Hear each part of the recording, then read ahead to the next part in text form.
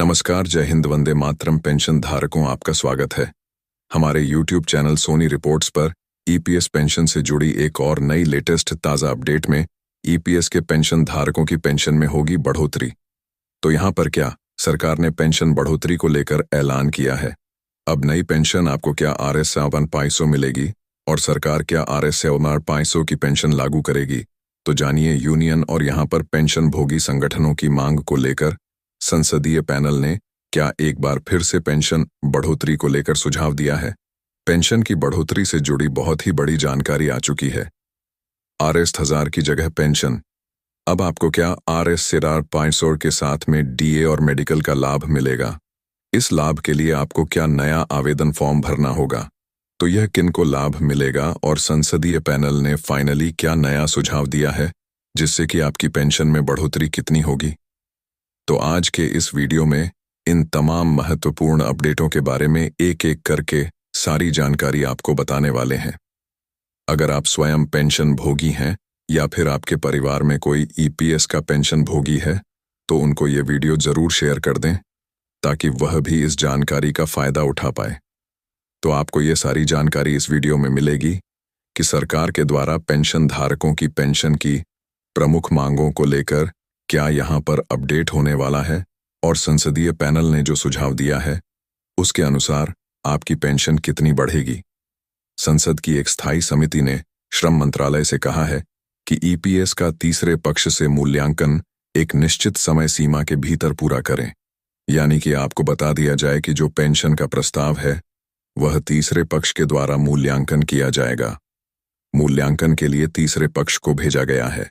उसको यहाँ पर मूल्यांकन करने के लिए समय सीमा तय की गई है जिसके अंदर आपको यहाँ पर यह फैसला देखने को मिल सकता है। समय सीमा के भीतर पूरा करें, यहाँ पर मांग की गई है। भारतीय जनता पार्टी के सांसद बसवराज बॉम्बे की अध्यक्षता वाली समिति चाहती है कि मूल्यांकन प्रक्रिया 2025 के अंत तक पूरी हो जाए। यहाँ पर मांग की गई है कि जो पेंशन की बढ़ोतरी की मांग है वह 2025 के अंदर पूरी हो जाए ताकि पेंशन भोगी बुजुर्ग लोगों को फायदा मिले। सरकार ईपीएस के तहत RS 1000 की पेंशन बढ़ाकर RS 500 करेगी। जानिए यूनियन की आगे क्या मांगे हैं और संसदीय पैनल ने क्या और सुझाव दिए हैं। पेंशन की बढ़ोतरी को लेकर ट्रेड यूनियन और पेंशन भोगियों के विभिन्न संगठन लंबे समय से कर्मचारी पेंशन योजना जो कि ईपीएस पेंशन है उसे बढ़ाने को लेकर मांग कर रहे थे। तो ऐसे में कर्मचारी संधि संगठन EPFO के द्वारा यहाँ पर बात करें तो 2014 में संशोधन हुआ था। 2014 के संशोधन के अनुसार जो आपको RS 8,000 की पेंशन वर्तमान समय में मिलती है वह बहुत ही कम है। ऐसे में मांग की गई कि सरकार RS 57,500 की पेंशन लागू करें। RS 57,500 की पेंशन लेने के लिए आपको कम से कम 10 साल तक पेंशन योजना में योगदान करना होता है। हालांकि ट्रेड यूनियन और कर्मचारी प्रतिनिधि निकायों की मांगों के बावजूद सरकार ने भी ईपीएस तथा पेंशन राशि में फिलहाल कोई संशोधन नहीं किया है। संशोधन करने को लेकर संकेत दिया गया है, यानी कि संकेत मिल रहे हैं कि आपकी पेंशन में संशोधन हो सकता है, आपकी पेंशन बढ़ोतरी हो सकती है, लेकिन आधिकारिक कोई घोषणा अभी तक नहीं की गई है। यहाँ पर संकेत आ रहे हैं कि 7,500 की पेंशन हो या RS 59,000 की साथ में DA हो या मेडिकल की सुविधा हो, इन तमाम अपडेटों को लेकर संकेत मिल रहे हैं। आगे संसदीय स्थायी समिति ने श्रम मंत्रालय से भी कहा है कि पेंशन की बढ़ोतरी को लेकर क्या कहा गया है। संसदीय समिति ने श्रम मंत्रालय से कहा है कि तीसरे पक्ष से मूल्यांकन एक निश्चित समय सीमा के भीतर पूरा करें। जो पेंशन प्रस्ताव तीसरे पक्ष के मूल्यांकन के लिए भेजा गया है वह समय सीमा के भीतर ही पूरा किया जाए। भारतीय जनता पार्टी के सांसद बसवराज बॉम्बे की अध्यक्षता वाली समिति चाहती है कि पेंशन की बढ़ोतरी की प्रक्रिया 2025 के अंत तक पूरी हो जाए ताकि बुजुर्ग लोगों को बेहतर रिटायरमेंट पेंशन मिले। इस समिति ने श्रम मंत्रालय से कहा है कि इस मामले को तत्परता से लें तथा ईपीएस के तहत RS 8,000 की न्यूनतम पेंशन को बढ़ाया जाए। यह मांग की गई है क्योंकि RS 8,000 की पेंशन में वर्तमान समय में पेंशन भोगी का गुजारा करना बहुत मुश्किल हो गया है। समिति ने अपनी रिपोर्ट में कहा है कि पिछले कुछ वर्षों में जीवन यापन की लागतें कई गुना बढ़ चुकी हैं। महंगाई कई गुना बढ़ चुकी है, लेकिन पेंशन में बढ़ोतरी नहीं हुई है। पेंशन राशि 2014 से वही लागू है, तो सरकार इसमें भी इजाफा करे। 30 वर्ष पुरानी ईपीएस योजना की शुरुआत 1995 में हुई थी और इस योजना का उद्देश्य है कर्मचारियों को रिटायरमेंट के बाद एक स्थायी सेवा उपलब्ध कराना। 10 साल के योगदान के अनुसार स्थायी पेंशन देना इसका मुख्य लक्ष्य है। समिति ने अपनी रिपोर्ट में कहा है कि तीसरे पक्ष से मूल्यांकन 30 वर्षों बाद किया जा रहा है। समिति दृढ़ता से अनुशंसा करती है कि कार्य एक निश्चित समय सीमा के भीतर यानी 2025 के अंदर ही पूरा किया जाए। यह मांग की गई है कि पेंशन प्रस्ताव को लेकर समिति 2025 के भीतर अंतिम निर्णय ले। श्रम मंत्रालय ने समिति को बताया कि तृतीय पक्ष समीक्षा की प्रक्रिया प्रस्ताव के लिए अनुरोध के माध्यम से शुरू हो चुकी है। इस पर काम भी चल रहा है।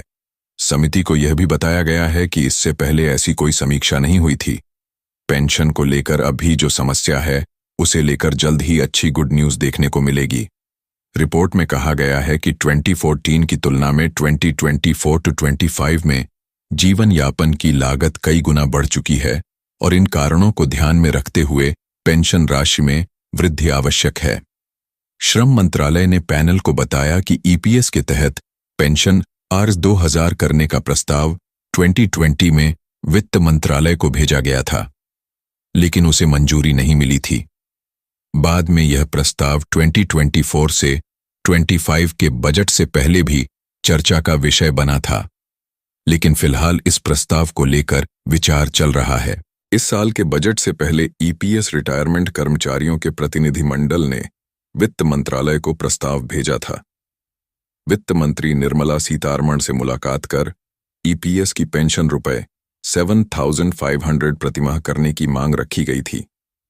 बैठक के बाद ईपीएस 95 राष्ट्रीय अध्यक्ष कमांडर अशोक रावत ने भी यह मांग दोहराई। आंदोलन समिति ने कहा कि वित्त मंत्री से मुलाकात के बाद उन्हें आश्वासन दिया गया कि सरकार उनकी मांगों पर विचार करेगी।